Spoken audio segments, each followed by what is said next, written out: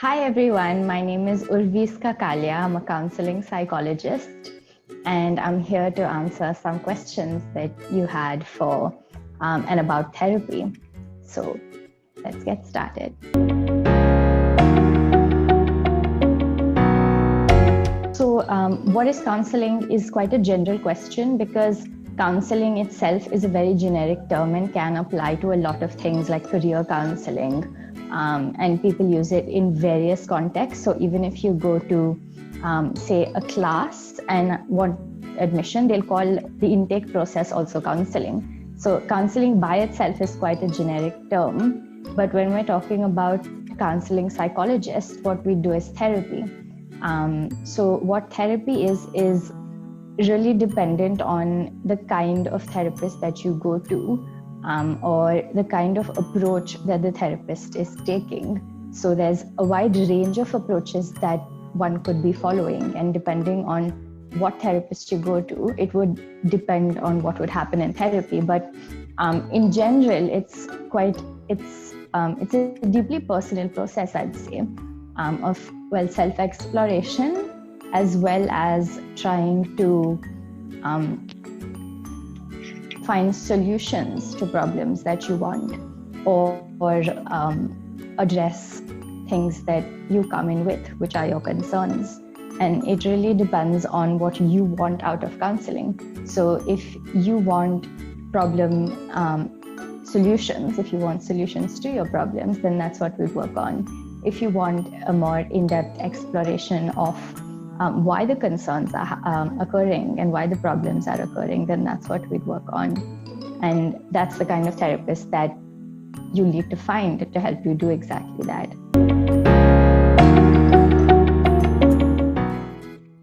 A really interesting question. And I actually have a counter question to whoever asked this, because why would you want to stay happy in a situation that is negative? When there's a negative situation, you are going to experience negative emotions towards it. That's why the situation is a negative situation. And if you're looking to be happy or positive in negative situations, that's rather unrealistic, I would say, because we are human beings, and that's what makes us human, is we have emotions appropriate to the situation. But I understand that they may be trying to ask how you can be how you can respond better to these situations, to negative situations. And that's going to happen if you can feel what we call healthy negative emotions rather than unhealthy negative emotions. So that's probably a distinction to make, rather than negative emotions versus happy emotions. Yeah. In order to feel healthier negative emotions rather than unhealthy ones, it is essential to have, a rational thought process. And that's something that I work on in therapy, because I follow something called rational emotive behavior therapy. And we do that as a part of the process. So that's one of the ways, just one of many ways, that you can have healthier negative emotions rather than unhealthy ones.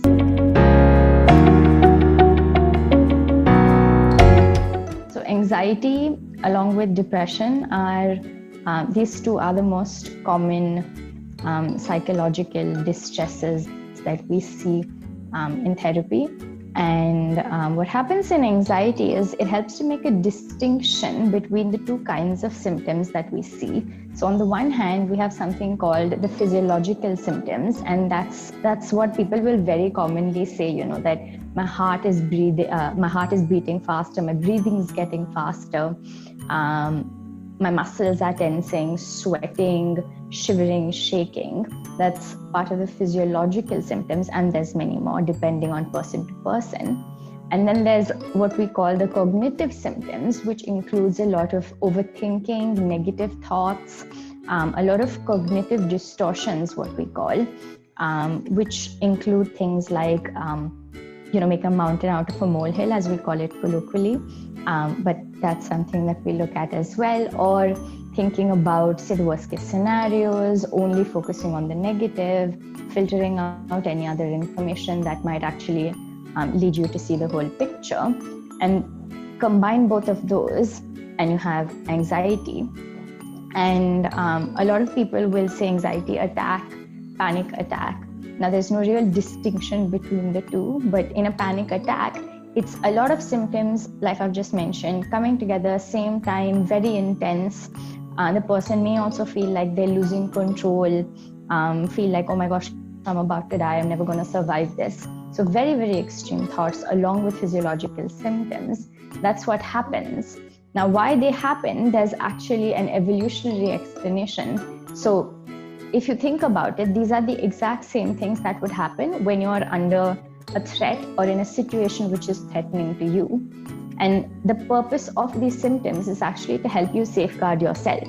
So I could either fight with the threat or I could flee from the threat, which is the fight or flight response. And without these symptoms, it would be impossible to fight or flee.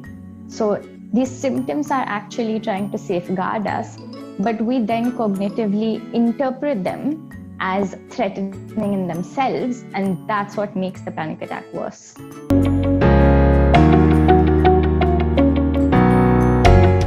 What to do during a panic attack, I'll address, but also why would you want to stay calm and detached? The whole problem is that we can't stay calm and detached, which is leading to the panic and the anxiety. And in order to deal with the anxiety, there's a number of things that you could do actually. And different things apply to different people, but here's a couple of things, is to help disconnect and disengage from the anxiety or panic experience. And we can do that by grounding ourselves into the present moment. And you can do this by using any of your senses, any or all of your senses, and start noticing things around you with each sense. So what can I see? What can I smell? What can I taste? Etc. So that's something we call grounding. You're grounding yourself into the present. And that's when you can then detach in a way, as part of the question said, you can detach from the experience of it to then engage with it in a different way. Rather than engaging with it with anxiety, you can engage with it more rationally by really evaluating the entire situation as it really is, not just as a threat as we've perceived it. So that's something that can help as well. On a more general level, mindfulness strategies can also work, relaxation strategies can also work, and there's a number of different ways you could do this, which you will find online. So I'm not going to go into the detail of those right now. Insomnia is usually when, I think this is very popularly used as word in pop culture even, oh, I have insomnia. Can't sleep at night, basically, that's what people are trying to say. Now, we have to understand that a normal person will take up to 45 minutes to really fall asleep. That's just how the sleep process starts. But if you're staying awake much longer than that, 2-3 hours, or can't sleep at all, then this is definitely a problem to address. Now, a lot of times, yes, we would refer the person to a psychiatrist who can give you medication. Please do not take medication from anyone besides a psychiatrist. Psychologists are not allowed to do that, are not allowed to prescribe medication. So in severe circumstances, or if it's really interrupting and messing with your functioning, then yes, we will refer you to a psychiatrist for medication. Now, the thing to understand is that insomnia or sleep disturbances are a symptom of an underlying deeper problem. They may not be a problem by itself. If it is a problem by itself, then there's probably some biological, hormonal, physiological explanation. And in that case, we could use things like, say, mindfulness, relaxation again. But if it is at a more biological level, then again, medication would be a better cure. But if it is just a symptom of an underlying psychological problem, then we would deal with that problem. And that's going to, in a way, alleviate the insomnia or the sleep disturbance by itself. So we may not work on the sleep disturbance, but we may work on the underlying issue. We would also suggest little things that we can do, which are referred to as sleep hygiene. So for example, very simple things like put away your phone a while before you sleep, dim the lights, maybe have a cooler temperature in the room, play some relaxing music, have a nice routine that you do before bed. And this is all to kind of signal to our brain that it's time to sleep now. So that's also sometimes helpful. It depends on the context. In this case, it really depends. If it's really impossible to be connected and be productive and study at the same time, then I guess that's the adaptive thing to do. But I don't think this would be productive in the long term, because at the end of the day, we are social animals. And if we try and detach, then that's probably not going to end well for us. It's probably going to spring up other problems. And again, like with the sleep, social disconnection could also just be a symptom of a more underlying, deeper problem. So it would be worth looking at what that is. And remember that we do need social support at the end of the day. And if we disconnect and we keep disconnected for a long time, it's probably going to lead to more concerns like substance dependence or eating disorders and things like that, because we need connection in order to lead healthy lives.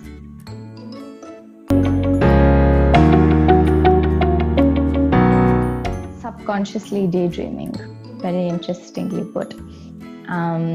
Now, daydreaming, again, like with the sleep and social disconnection, might be a symptom of a different problem. Now, if this is really interfering with your work and daily functioning, daily activities, school, studies, etc., then you do need to seek help for this, because there's something called maladaptive daydreaming, which is when the person is daydreaming for a substantial amount of time and it's interfering with their daily life.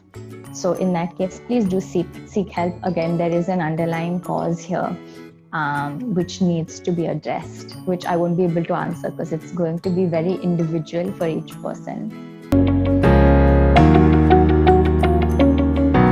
Insecurities, again, depends on what the insecurity is. And if we're aware that there's a personal insecurity that's coming in the way of the relationship dynamic, then that's actually the first step, is the recognition and the acknowledgement of it. And then, of course, you do have to address it, whether that's through therapy or whether that's with conversations with your partner. There's a number of ways you could deal with that, but it will need to be dealt with, because otherwise it's going to affect your relationship, obviously.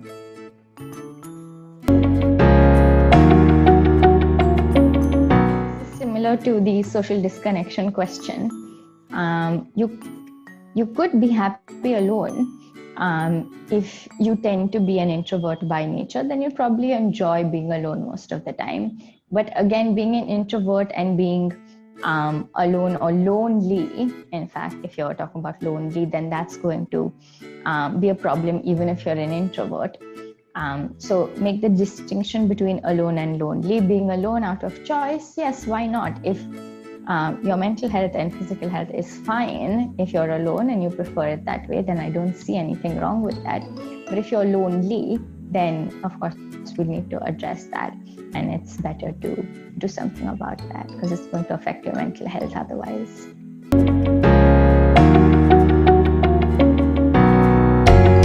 Great question, actually. So ideally, and especially this is the case abroad, I'm not sure how much people follow it here, but abroad, ideally, there's regulations and regulatory bodies for therapists. Just like there's regulatory bodies for doctors, there's regulatory bodies for therapists, which does not yet exist in India, unfortunately. So ethically, we should be seeking therapy ourselves, because, come on, let's face it, we're human beings and not perfect. So that's one thing that we do, and that is recommended. And on a more basic everyday level, we've got to take care of ourselves. And this is not just for therapists, obviously, it's for everyone. In order to have good mental health, you do need to take care of yourself. Do the things that you know are good for you, not do the things that you know are not good for you. Taking some downtime, taking time to unwind, because we do see a lot of clients every day, and that can be very overwhelming. Although it's one-on-one usually, it can become very emotionally overwhelming as well. So we got to deal with that ourselves, and everyone's going to do it in various different ways. But self-care is one of the main things. We do use a lot of the strategies that we discuss and share with our clients as well. So just like what you do in therapy, we do in therapy, and we do that ourselves as well.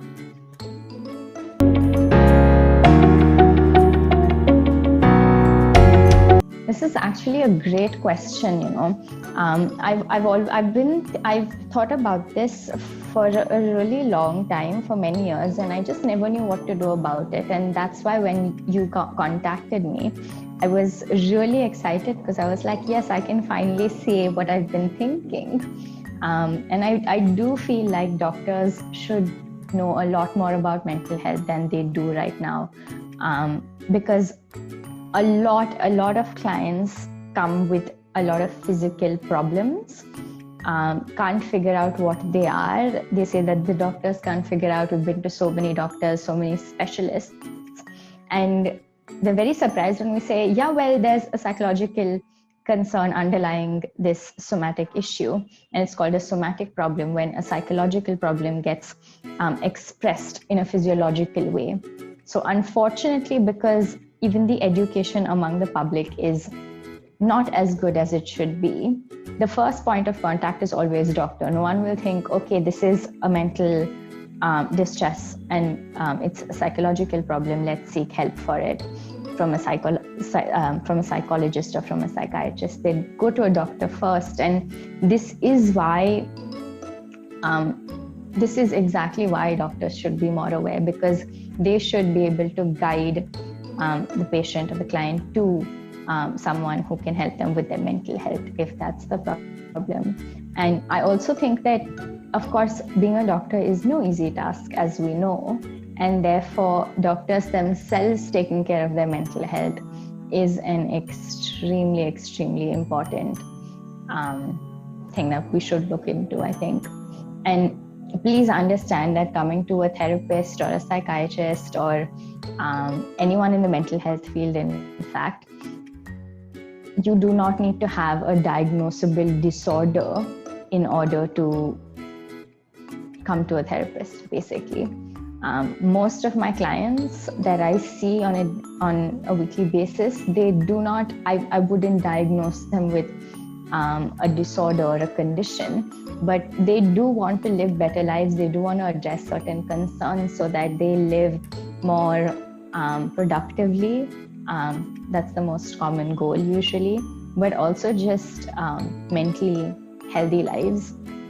And that's what I'd encourage. Seek help when you feel like you need it. And just like, you just hop in with the doctor. If something small happens, you can do that for your mental health as well. I wish I knew why. I think it mainly comes from the whole societal view of psychological distress, and even historically, I think any kind of mental health concerns are always seen as crazy, and all those terrible words that we use just in everyday passing life as well, unfortunately. So that's one part of it, is the whole societal and historic stigma. But I also find very often that there's the second very important element, which is the self-stigma, where we're not willing to accept that there is a problem. A lot of times, I'll be able to deal with it. I'll just deal with it myself. I'll just ignore it, forget about it. I'll talk to my friend about it. And I mean, those may help for a little while, but what it's doing is then it's piling up, and it's going to erupt at some point, unfortunately, which is why it should be addressed when it happens, which would be ideal. And I think what we need to do as a society, as individuals, and what a great day to talk about it today on Mental Health Day, is the one thing we can do is to destigmatize the process of seeking help. So instead of saying to your friend, you know what, I think you're going through a lot, you should go speak to someone. People don't like hearing that. Instead, if you say, do you know what, I can come with you if you want to speak to someone, and you can address your concerns, I can address mine. Of course, not in the same session, but when you say it like that, that's really destigmatizing, because that shows that I'm willing to seek help for my distress, and it's okay for me. I can accept you if you want to do the same. And I think that's just the base level that we need to begin with. And we just need to keep talking about it, keep having the conversation. I do see everyone having a lot more conversations than was true a few years ago, which is just great. I think all the psychologists and psychiatrists are very happy about that. There's constantly some Instagram lives happening, some Zoom sessions, some online meetings, some posts, some stories. And I think we just need to keep continuing with that, just continuing the conversation. The pandemic's now been going on for a really long time. It's almost close to 10 months since it started. It's been 6-7 months since it came to India. And we have been in our homes, most of us, for over 6 months now. We've been in close quarters, and that's going to have a lot of impact on us personally, on the relationships we have with our families, spouses, children, parents, and everyone. And I think the one thing, again, that we need to do is individually take care of our mental health, so that things don't keep spilling out on other people in the family, because let's face it, it is a tough situation. There's no one good answer to what you should do, but what we all should do is figure out what it is that we require, what we need, and do that so that we can take care of it again at a grassroots level. And of course, if you are having mental health distress, please do consult psychologists, psychiatrists. We're all available online. Everyone, all my colleagues I know have been working online for the past 6 months. And yes, I know a lot of people were initially skeptical of, how will online counseling work? Will it be as good as in person? And obviously in person is the best, but in my experience in the past 6 months, I've seen that everyone has adapted extremely well to the online mode. And I think people are now preferring it because they don't have to get out of their houses to go seek help. So I think it's a great thing. Do give it a go whenever you require.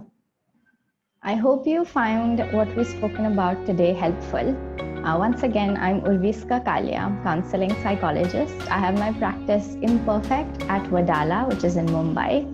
And if there's any more questions that you have that you'd like me to answer, you can either get in touch with me or you could post them below in the comments. And if you've found this video helpful, please like. And I'd like to say such a big thank you to Rotary Club of Medicrew for having me here today. It's been great.